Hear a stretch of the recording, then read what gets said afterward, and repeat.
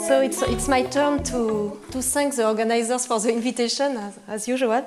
I want really to thank you because the first reason is that it is my first stay in CIRM, in this beautiful place. And the second reason is that at least before Monday, as I was really not an expert in non-self-adjoint spectral theory, but I think that I learned a lot, and maybe I became, during this week, a small expert at least. And so I will present, I will present this work, which has been done in collaboration with Lucas Chenel, who is here, with Vincent Pagneux, who is from a laboratory of acoustics in Le Mans in France, and with a PhD student, Antoine Bérat. And indeed, I will present you a new non-self-adjoint eigenvalue problem, which is related to some question of invisibility in waveguides. And we will consider, for simplicity, a 2D acoustic waveguide, which is just, which is just an infinite strip of 8 equal to 1.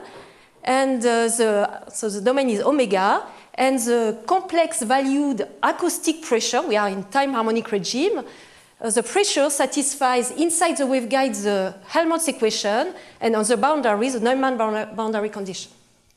So K is a wave number, it is related to the pulsation, and we have chosen this convention for the time dependence. And so, as usual, it is useful to introduce first the modes, which are particular solutions of the problem, which have separated variables. And it is well known that for a given frequency, there are a finite number of propagative modes, which are both oscillating in the y direction and in the x direction, and an infinite number of evanescent modes for k smaller than n pi, which are exponentially decaying or increasing at infinity. And also I mentioned that we have always at least one propagative mode, n equal to 0. So when n is equal to 0, the cosine is a constant in y, and beta 0 is just equal to k. So the first mode is just a plane wave. And also I mentioned that the superscript here means that for plus, I have a right-going mode, which means that it is either a propagative mode propagating to the right, or an evanescent mode decaying at plus infinity. And the minus corresponds to left-going modes. Okay, so now we consider a scattering problem, which means that we introduce some scatterer in the waveguide, which can be anything, but for simplicity, I will consider a penetrable scatterer, which means that in some bounded region O, I have a perturbation of the index, which is characterized by this function rho, the contrast function rho, so which is compactly supported. And so now the perturbed equation in the waveguide is this one with the rho here.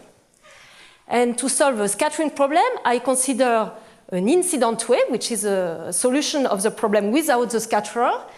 And I take an incident wave, during the whole talk, I will take an incident wave coming from the left, which is a superposition of right-going propagative modes. And I look for a total field now, which is a solution of the homogeneous problem, and which is a superposition of this given incident wave, plus some scattered wave, which is produced by the scatterer, and which has to satisfy, as usual, a radiation condition at infinity.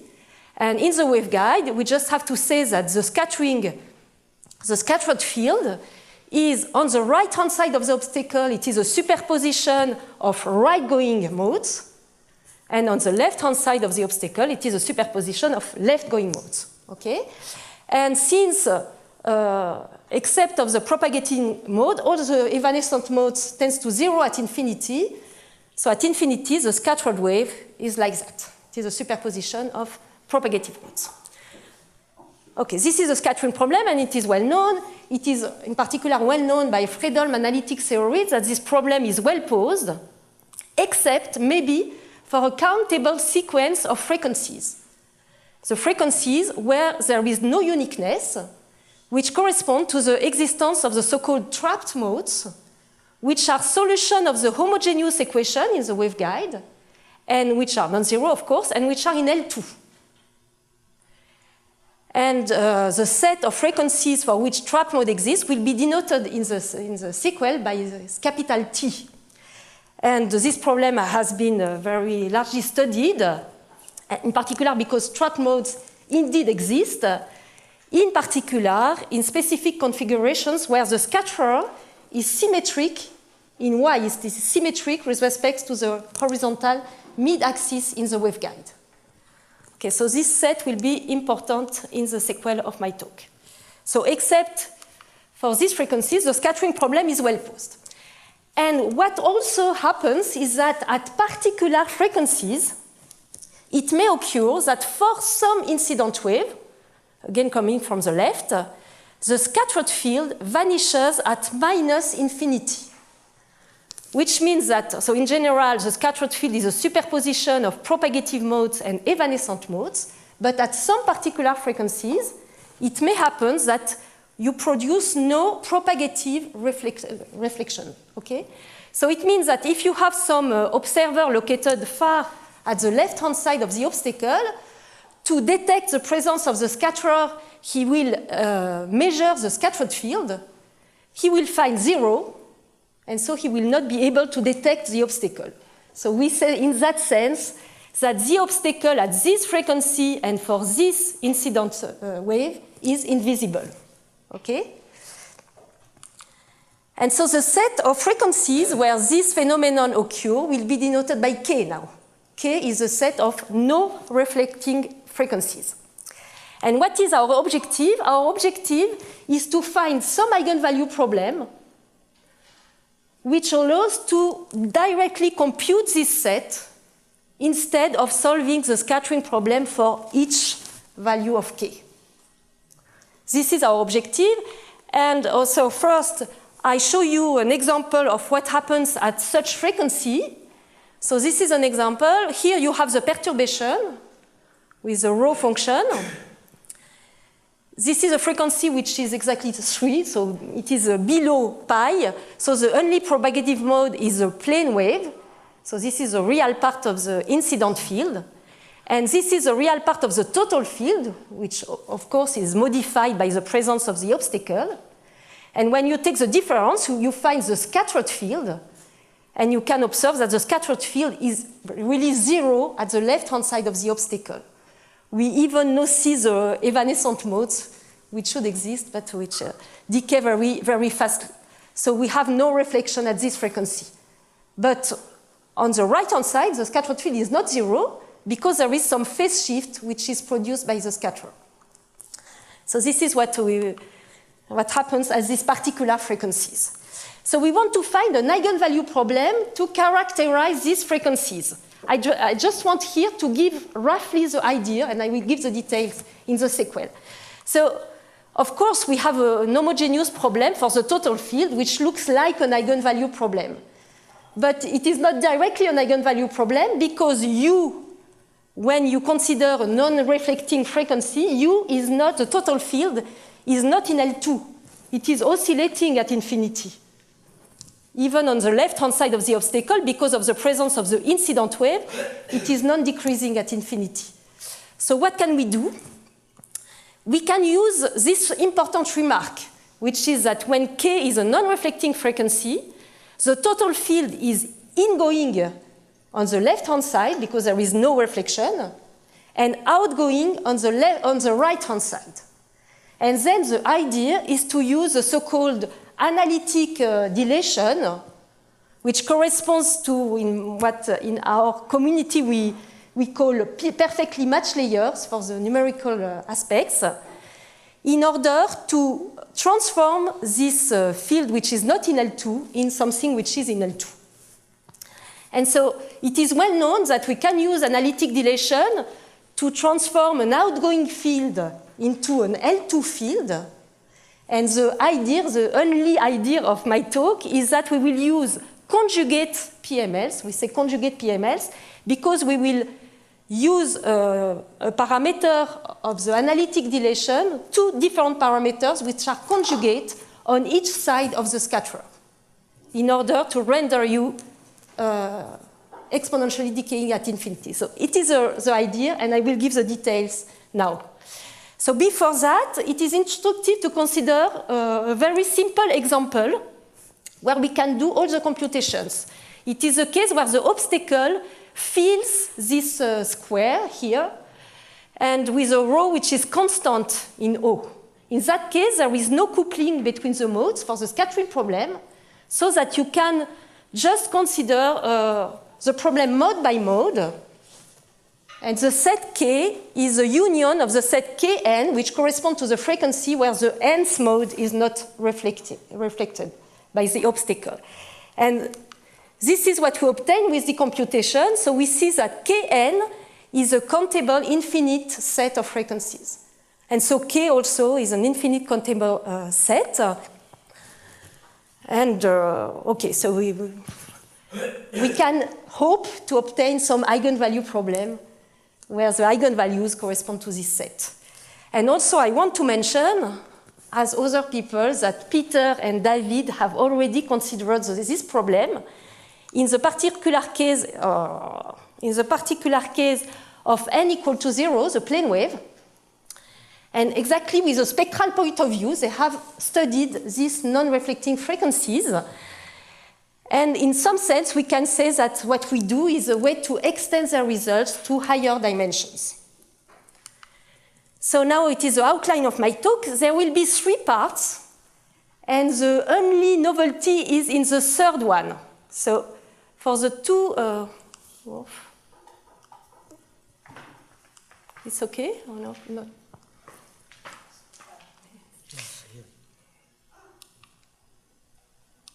C'est le... Ouais, mais le laser, il ne marche plus, j'ai l'impression. Okay, it's not a problem, I can continue as that. Okay, so in the first part, I will explain how I see the analytic dilation or the perfectly matched layers, because it will be a very important tool in the sequel. In the second part, I will recall how this analytic dilation is used to study trapped modes. Thank you. To study trapped modes frequencies. It is well known again. And now we will see how, in the third part, how we can extend this approach to study our problem of no reflection frequencies. Okay? So this is the first part. So here I want to explain how we use perfectly matched layers or analytic dilation to solve scattering problems. So the first thing is to split the domain into 3 parts. A part which contains the obstacle, which is denoted by omega r, and 2 semi-infinite waveguides, omega r plus and omega r minus. And then we just reformulate the scattering problem as follows. So inside omega r, we just take the previous equations, and then we introduce u plus, which is the restriction of u in omega r plus, and we say that u plus is right-going, so it is a superposition of right-going modes. And we just have to impose the matching between u and u plus for the trace and for the normal derivative here at x equal to r. And on the left-hand side, we do almost the same, except that now u minus is not the restriction of u, but the restriction of the scattered field. And the restriction of the scattered field, I am not on a non-reflecting frequency. It is a scattering problem in general. So u minus is a superposition of left-going modes. And again, I impose the matching for the trace and for the normal derivative, but I have to introduce the incident field, which is coming from the left. Okay? Just a reformulation, very simple, of the scattering problem. And now the idea of the analytic dilation is to introduce a dilation in u plus and u minus in the x direction, which is the horizontal direction. So you see that for alpha equal to 1, I have not make any change, and so now I introduce some alpha, I make a deletion. And because of this deletion, I just have to put an alpha here to ensure that I solve exactly the same problem as before. The U inside is not modified. And so you say, what is the interest? Probably you know that the interest is that when you take a complex alpha, you can obtain stretch U plus and U minus alpha, which now are in L2. And more precisely, we will consider in the whole talk that alpha is equal to exponential minus I theta, with a theta between 0 and pi over 2. And then, for example, if you consider U plus here, before the stretching, it is a superposition of a finite number of propagative modes, which are oscillating at infinity, plus an infinite number of evanescent modes. So, of course, U plus is not in L2. But after the stretching, you divide x minus r by alpha, which is complex. And it is very easy to see that you obtain an infinite number of modes, which are both oscillating and exponentially decaying. And so it is summarized by this formula, where the complex root is chosen, complex square root is chosen with a positive real part. Okay, so it is very good, because now, if we want to solve numerically the problem, we just have to, instead of using the modal decomposition of U plus and U minus alpha, we just notice that they solve the stretched Helmholtz equation with here the stretched Laplacian, just with the alpha squared here in the x direction. So this problem is completely equivalent to the previous one, but now U plus alpha and U minus alpha are exponentially decaying at infinity. So for numerical purpose, we just have to truncate the waveguide, and we will produce a very small error, exponentially small error due to the truncation. At the end of the PML, we put that Dirichlet or Neumann condition. It does not matter. So this is an idea which is very widely used to solve scattering problem numerically. And so now I will show why it is also very important to compute trap mode frequencies. So you remember that the trap modes are just L2 solution of the homogeneous equation. And the way to reformulate that using the terminology of spectral theory is to introduce this operator A, which is a Laplacian divided by the function 1 plus rho, which is an unbounded operator of L2 of omega, the waveguide. And in the domain, I have put the Neumann boundary condition. And so the trap modes, you remember that the set of frequencies is T, corresponds to the case where k square is an eigenvalue of the operator A, of course. And it is well-known, very easy, at least for you, to show that A is a positive self-adjoint operator, that its spectrum is only essential spectrum. It is equal to the positive real axis. And so there is no discrete spectrum for this operator, which means that the eigenvalues corresponding to trap modes are embedded eigenvalues, embedded in the essential spectrum. So it is not a good case because it is difficult to study and to compute embedded eigenvalues. And this is why all these people have introduced in the 70s this method of analytic deletion, which consists in considering, instead of this operator, the stretched operator A alpha. So you see that it is exactly the same as before, except that now I introduce a stretching in the x direction with alpha of x, and alpha of x is a function, x is the horizontal variable, alpha of x is equal to 1 inside omega r, because I don't want to change the equation near the obstacle, and alpha of x is equal to exponential minus I theta here and here. Of course, because alpha takes complex value, A alpha is no longer a self-adjoint operator. It is the reason why I am here. And, but we can say a lot of things about this operator, which are well known. And first, we can determine its essential spectrum. So as it has been said in the morning, there are very many definitions of the essential spectrum for non-self-adjoint operator. And here I use the definitions through the existence of veil sequences. And so I will show you in the next slide how we determine this essential spectrum, which is a countable union of semi-infinite lines. A second point is that we can prove this result, which is that in the spectrum, apart from the essential spectrum, we have only discrete spectrum. Of course, for the self-adjoint operator, it is always the case, but it is not always the case for a non-self-adjoint operator. And finally, we can locate more precisely the eigenvalues. So let me explain how we find the essential spectrum first. So we use the well-known fact that it is non-modified by a compact perturbation, so that the essential spectrum of our operator is exactly the essential spectrum of this operator with constant coefficients. Remember here that this is a stretched Laplacian. Of course, there are the Neumann boundary conditions on the boundaries. And then we use a decomposition of the cosine function. And so we obtain a union of essential spectra of 1D operators. And then it is very easy to conclude.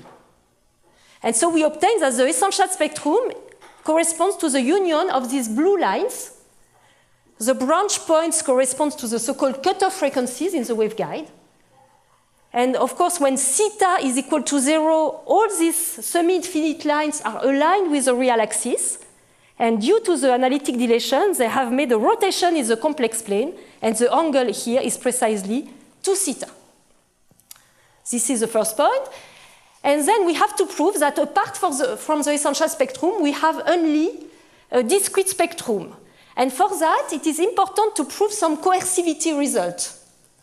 So in order to integrate by parts, you remember the expression of the operator here. We first have to eliminate this term because we have not a divergence form. So I have to multiply by 1 plus rho and divide by alpha before integrating by parts. So we do that. This is a function. And then we integrate by part and we obtain this identity. And since the function alpha of x takes the values 1 and exponential minus I theta, its real part is always greater than the cosine of theta, which is supposed to be strictly positive. And it is the same for 1 over alpha. So we would like just to take z in order that the real part of this quantity is coercive. And for example, you can take a negative real number, and it works. And it is important because now what you use is a result which is, for example, in this book, which is, in fact, it is a Fredholm analytic theory. You introduce U, which is the complementary of the essential spectrum in the complex plane. What is important is that U is a connected set. And since we have found some point which is in the resolvent of the operator, we can apply the analytic Fredholm theory, and we are sure that apart from the blue lines, we have only discrete spectrum. Okay? And moreover, we can prove that the discrete spectrum is necessarily in this domain between the positive real axis and this first blue line here. And so finally, what are these eigenvalues? The eigenvalues on the real axis correspond exactly to the trap modes because they correspond to the eigenvalues of the operator before the stretching. They are the eigenvalues we were interested in. But due to the analytic extension, we have revealed other points, other eigenvalues, which were not in the previous operator. And the reason is that when you go back to the physical coordinates, they correspond to the so-called complex resonances, and the field is exponentially growing at infinity. So it is well known by people from scattering theory.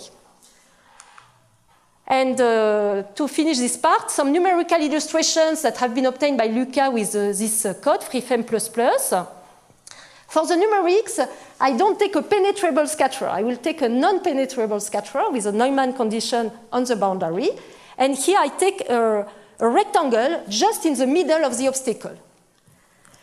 And what we will represent is not the spectrum, but the square root of the spectrum, which corresponds to the value of k and not k squared, okay? And so this is the result. So first, because we have truncated the waveguide for numerical purpose, we have a discrete spectrum, of course. But you can recognize the continuous spectrum, which has been discretized. And if you know that a straight line is transformed by the square root into a parabola, I am not able to prove that, but it is the case. So you see that you have a straight line and the other ones are parabola now. So these are the continuous spectrum. And you obtain also some discrete eigenvalues, and in particular, 2 eigenvalues on the real line. And to be sure that really these eigenvalues are intrinsic, we can change this is theta, this is the angle of the analytic dilation, and you show that you see by changing the angle, each color corresponds to one angle of the dilation. You see that when you change the angle, you change only the continuous spectrum, because here you have the 3 colors are superimposed, okay? So really, these eigenvalues are intrinsic. They do not depend on the PMLs. And so we can represent the modes associated to these 2 points, and we obtain 2 very nice trapped modes, which really are trapped near the obstacle, and which are again well known. Excuse me. Yes? How do you know that your real eigenvalues are real? It is a case. You use numerical computation. Yes, of course. But it is a case where we can prove the existence of trap modes, in the case of a rectangle. But you're right, I think you're right. In general, we cannot be sure. You agree with me? So, what can we do for our question? Because all of what I have said before is classical, but now we would want to do the same, but for no reflection frequencies. And so, the idea, as I mentioned in the introduction, is to do quite the same, but with a different function here. Instead of alpha of x, I introduce alpha tilde of x. And the only difference is that here, I take the conjugate value. Okay? Before it was exponential minus I theta on each side of the obstacle, and now it is exponential I theta here and exponential minus I theta here. And then you can try to do exactly the same. Of course, again, it is not a self-adjoint operator, but again, you can easily characterize, less easily, but you can characterize the essential spectrum. And because you have 2 different complex parameters, you have 2 families of semi-infinite lines to define the essential spectrum. I will show you a picture just after. You can also find the location of the discrete spectrum. But the difficult part, and I will explain why it is natural that it is difficult, is that it is not always true that you obtain only discrete spectrum apart from the essential spectrum. It is a nice example. We have seen already an example during this week with a shift operator which has the spectrum, which is a unit circle, and with a rank 1 perturbation, we obtain the whole disk. And it is another example exactly of the same problem. So first, this is typically what we expect to have. So now we have 2 families of blue lines because of the conjugate PMLs. I think it is clear. And we expect to have discrete spectrum in this area. Here we have coercivity. But you see immediately the difficulty. The difficulty is that now the blue lines divide the complex plane into several connected components. And so even if you have coercivity here, you cannot use that to obtain Fredholm analytic discreteness here. And it is natural because, in particular, you remember that we are looking for frequencies when there is no reflection. And of course, if you have no obstacle, you always have no reflection. So it is a pathological case where it is very easy to prove that all this yellow region consists of eigenvalues, in fact. You just take the plane wave and you introduce the analytic dilation in the plane wave. For any k squared in this region, you obtain something which is in L2 and which is an eigenvector of your operator. Okay?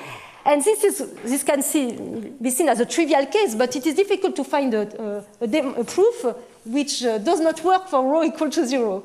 You have to find a proof which really use the fact that rho is not equal to 0. And another case which is more interesting is a case where there are cracks in the waveguide. Cracks, I mean that here I consider that omega now is a complementary set of this red segment. And on the red segment, I impose a Neumann boundary condition. But again, because the normal to the segment is in y, the plane wave satisfies this Neumann condition of the red segment. So again, this is an eigenvector, and you obtain eigenvalues in the yellow region. And you can put many cracks, you obtain the same result. Okay, so we have some idea to conclude for other cases, but I will not mention them. So finally, what can we say about discrete spectrum? So I suppose that I am in the case where not a pathological case. I suppose that I have discrete spectrum. What can I say for a real eigenvalue? So what can be really directly proved is that the corresponding eigenmode is ingoing on the left-hand side of the obstacle and outgoing on the right-hand side of the obstacle, which means that in general, so when I take a real eigenvalue, on the left-hand side, U is a superposition of right-going propagative modes and evanescent modes vanishing at minus infinity. And on the right-hand side, I have this behavior. And in fact, there are two cases. Either, indeed, this part is not zero. If this part is not zero, you can say that this is the incident field. This is the scattered field, which, as expected, contains only evanescent modes because I am on a non-reflection frequency. So this is a good case which corresponds to what I wanted to compute, which are the non-reflection frequencies which forms the set K. But also, it can occur that this part is equal to 0. Then, by some energy conservation, you can prove that this part also is equal to 0, which means that U is vanishing on both infinities. And it means that, in that case, U is a trapped mode. So finally, what you have obtained is a complex spectrum in which real eigenvalues correspond either to trap modes, either to no reflection frequencies.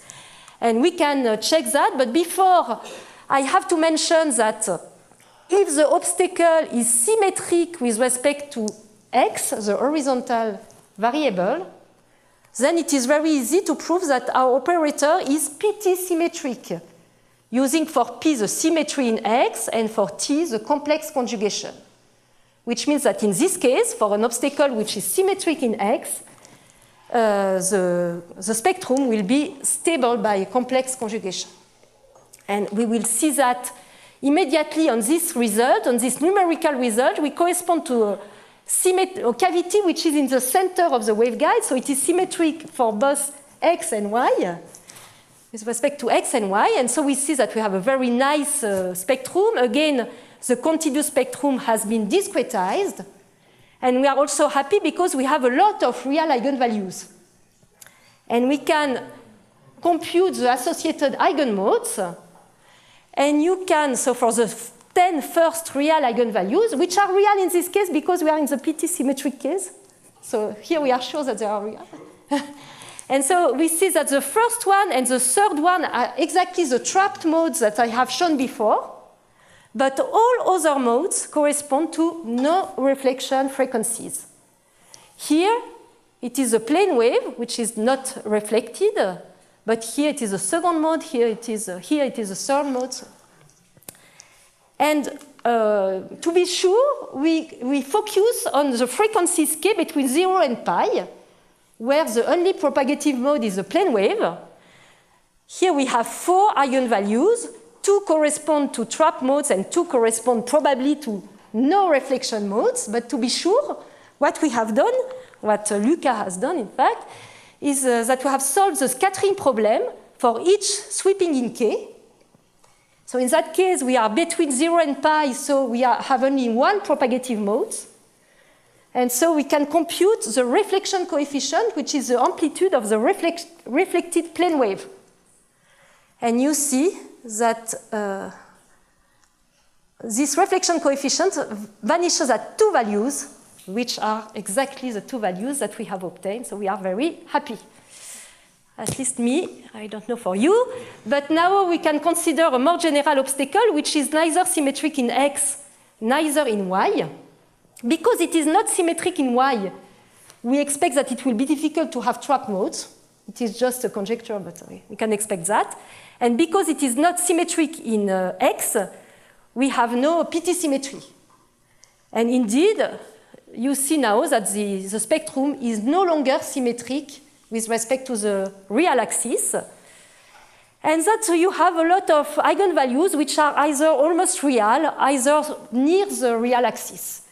And again, we can compare what you obtain by solving the scattering problem between 0 and pi and by considering the modes that we have obtained.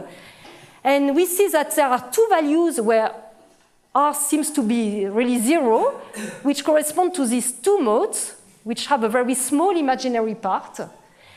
And in fact, they correspond to the so-called Fano resonance phenomena, because they resemble to the trap modes. But we have also, I like this result because here we have a reflection which is very small. And the real part here of the frequency, the frequency where it occurs, corresponds to the real part of the third mode. So it means, in my opinion, that the complex eigenvalues that we are computing contain interesting information. When you have a complex eigenvalue which is near the real axis, we can expect to have a very low reflection for a frequency equal to its real part. Okay, and to finish, Luca wanted that I show you a movie. So I will present a result for another type of perturbation. Now it is a perturbation of the geometry with this chimney. And the parameter who will be changed during the movie is the height of the chimney. And we will show on the same picture 2 spectra. The one obtained with classical PMLs, which corresponds to the spectrum of trap modes, and the new spectrum with conjugate PMLs will be in blue. Okay? So this is the movie, and maybe I have to. So you can stop. So you see, in blue the new spectrum, in red the classical one, which is of course in the lower half plane. So you see that you can recognize more or less continuous spectra. And so we are in a case where the geometry is symmetric with respect to X, but not with respect to Y. So as expected, we have no red eigenvalues on the real axis, but we have a lot of real blue eigenvalues corresponding to no reflection because of the PT symmetry. And what we want to illustrate is a possible coalescence of which occur near, for example, maybe you have already seen, but you can look at this region, and I will go slowly. Oh, okay, it's already the case. Maybe you see the 2 eigenvalues at the right, which are the blue eigenvalues, which are with the coalescence. And then there are a lot of coalescence phenomena. And you see that you have more and more red eigenvalue which approaches the real axis. Okay, I don't know if I can. It is almost the end of this nice movie. Okay, so, but I cannot go. Okay, so as you see, it is an ongoing work, so there is still a lot of work to do, but we are quite excited by what we could do. And for example, there are theoretical questions, in particular concerning this conjecture of the discreteness of the spectrum. Also, maybe, I don't know, maybe you can say us if it could be possible to prove the existence of real eigenvalues, at least in the PT symmetric case, which means that we could prove the existence of frequencies where there is no reflection. And also, we have another activity where we build invisible obstacles, so we want to combine the two approaches. So thank you very much for your attention.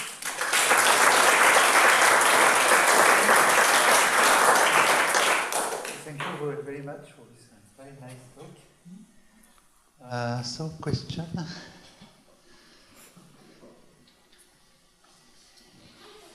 Okay.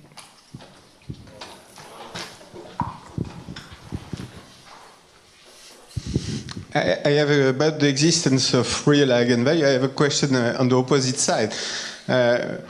When you look at Schrödinger, there are criteria on the potential in order to get that there are no embedded eigenvalues. So do you have this kind of criterion in some cases?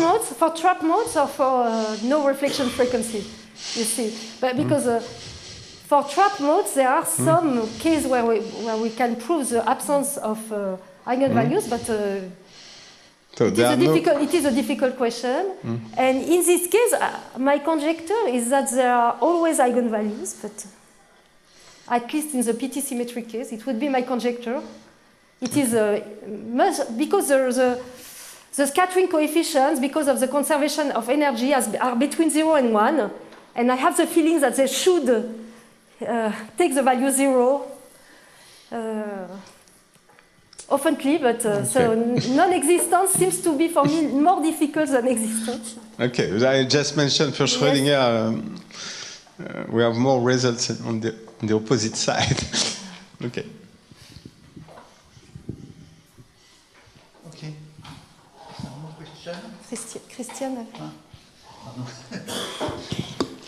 I have a question concerning the end of the second part and the computations. Did I understand you correctly that in the convex hull of the essential spectrum, you know that there is no spectral pollution because you can take the intersection over all thetas, and the eigenvalues are eigenvalues for every theta? So there is really a problem of pseudospectrum, which makes difficult to, I don't know if it's what we mean by spectral pollution, but it's not really spectral pollution, but the eigenvalues near the essential spectrum are difficult to compute indeed. No, I mean just any eigenvalue in the convex hull of the essential spectrum. Yes, spectral pollution is just spurious eigenvalues. So I think that for resonances, for trap modes, it has been proved that there is no pollution. Okay. And I would say that it is the same for our problem, but it is a very good question indeed. Okay, thank you. Okay. So I have two questions. So first, why to consider it in a strip? Why not in the whole space? Such a problem, It is really a problem which is related to the waveguide, because we can separate the two infinity, but we can not do the same in the world space. So it's like to make it quasi one-dimensional, or? It's like what? Quasi one-dimensional? Yes. Yes, it is really, I think, you agree with me? It is really important that we are in a waveguide. But we can be in 3D, but that we have two infinities that are really... So this was my second question, if you can do it for higher dimensional waveguides. Yes, for me it is exactly the same in 3D. There is no difficulties for me. Thank you. And is the analysis the same if you, instead of Laplacian, you take the divergence of 1 over O gradient U? Yes. Is exactly the same? Okay. I think so. Okay, if no more questions, we thank again Anne-Sophie.